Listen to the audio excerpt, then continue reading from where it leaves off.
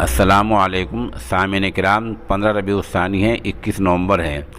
ہماری خبر کا عنوان ہے مولانا Syed Arshad Madani all India Muslim personal law board کے نائب صدر اور مولانا خالد سیفullah رحمانی جنرل سکریٹری منتخب۔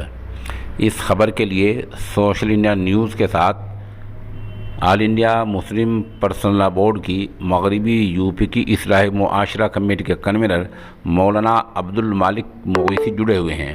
وہ بتا رہے ہیں کہ 2 عہدیدار منتخب ہوئے ہیں۔ ایک رپورٹ ہم اس سلسلے میں آج شام یا کل صبح انشاءاللہ تفصیلی طور پر پیش کریں گے۔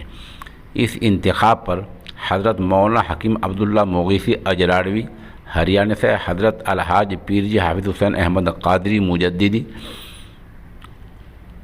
ادھر قصبہ تھانے بھون سے مولانا نجم الحسن تھانوی، کیرانہ سے مولانا برکت اللہ امینی، ماسٹر سمیع اللہ خان، بڑوت سے ضلع جمعیت کے نائب صدر مولانا مفتی محمد اشرف قاسمی، بوڑھانے سے آصف قریشی، حافظ شیر الدین رانا وغیرہ نے مبارکباد پیش کی ہے۔